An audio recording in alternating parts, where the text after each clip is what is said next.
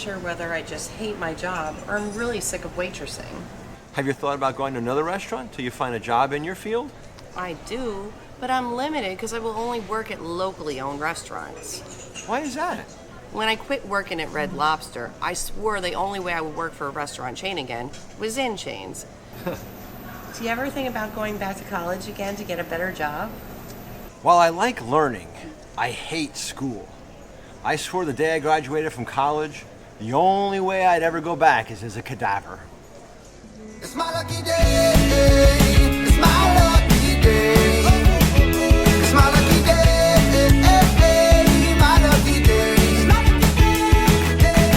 Don't need a pot of gold, a rabbit's foot or to be told. It's my lucky day. It's my lucky day.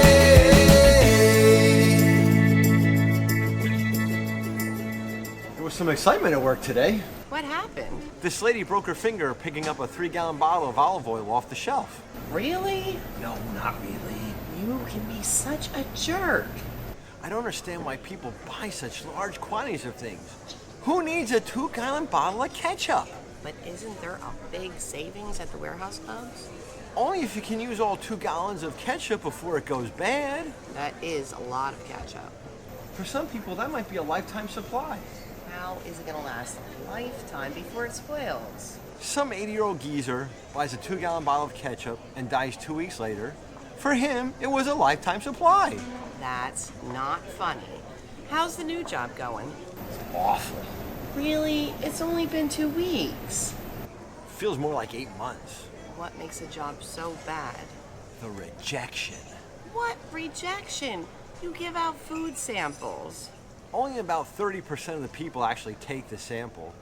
The rest of the people are giving me a complex. And if it ain't an apartment complex, I don't want it.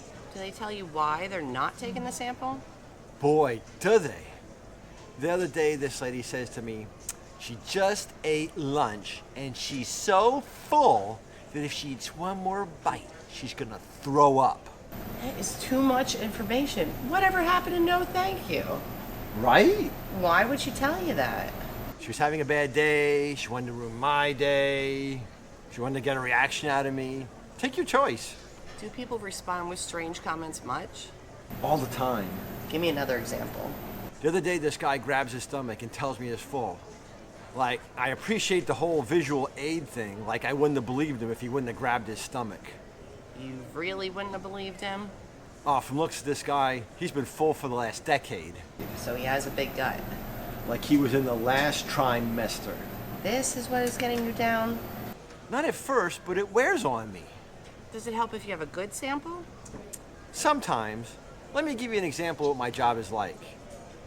Good afternoon. Would you like to try the plague? I really don't think I want to hear this example. Ella, relax. I'm talking about germs, not dispersing them. Okay, go ahead. Good afternoon. Would you like to try the plague? Is that the black plague? No, it's just the regular plague. No, then I don't want it. Wait, does it come with a coupon? No, there's no coupon today. I'll wait till there's a coupon. All right, have a good day. These people would take the plague if it came with a coupon. As bad as that is, the psychological rejection is really what's getting to me. What do you mean, psychological rejection? I watch the people come in, and then they walk 20 or 30 feet out of their way so they can avoid me.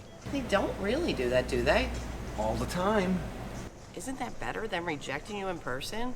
Actually, you're right. That is better than having someone come up and tell you they're gonna vomit. Oh, I thought you were kidding about how bad your job is. I'm starting to feel a little better about mine. What's so bad about your job? Let me tell you about an incident that happened to me last week. Can I clear the dishes? Sure, that would be great. What are you talking about? I was just about to tell Jim about something that happened to me last week at work. I love server stories. Well, last week I came up to this table and I said to this couple, "Good evening. Can I get you something to drink while you look over the menus?" And they don't even acknowledge me at all. They don't even look at me. How rude is that? That's what I thought. And just when I'm about to storm off, they start signing. Turns out they were deaf and didn't hear me. That doesn't sound so bad. That's because I haven't gotten to the bad part yet.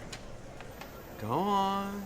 So after a little difficulty, I got their drink order, and I came back with their iced teas, and somehow I spilled the lady's tea, and it covered the table, and even went in our booth seat. Did anyone get it on their phone? I don't know. What happened next? So I ran back to the kitchen, came back with a roll of paper towels, and started to sop up all the tea. I felt so bad, all I could think to do was apologize, but they couldn't hear me. From the drink order, I could tell the gentleman did read lips, so I kept saying over and over again, "I'm so sorry, I'm so sorry, I'm so sorry, I'm so sorry," but I couldn't tell if he heard me. Of course he couldn't hear you. I mean, I don't know if he understood me. Is that it? No. After I gave them the check, the gentleman wanted to pay me. But I keep telling him to go up front to pay the cashier. I think he thinks I'm refusing the tip, so he keeps trying to hand me the money, and I keep pushing it away. Finally, he understood what I was trying to tell him and went up front to pay. That would be great if someone got that on their phone. That video would go viral. Every server in the world would watch it. Not everyone. So you screwed up. Servers screw up. What I want to know is, did you get a tip? Yeah, they left me 15%. I'd rather get 15% from deaf people than get 8% from people who can hear. Barry. I would never get snippy with anyone who's going to handle my food. Did you ever mess with the guest food? Not me, but I couldn't vouch for all my coworkers. I knew this cook, and he told me that if people sent food back, he would spit in it. Do you believe him? Absolutely. This guy lost enough brain cells in the name of attaining higher consciousness that I wouldn't put him past him to do it. That's gross. Why do you think I go out to eat so little? Is that why?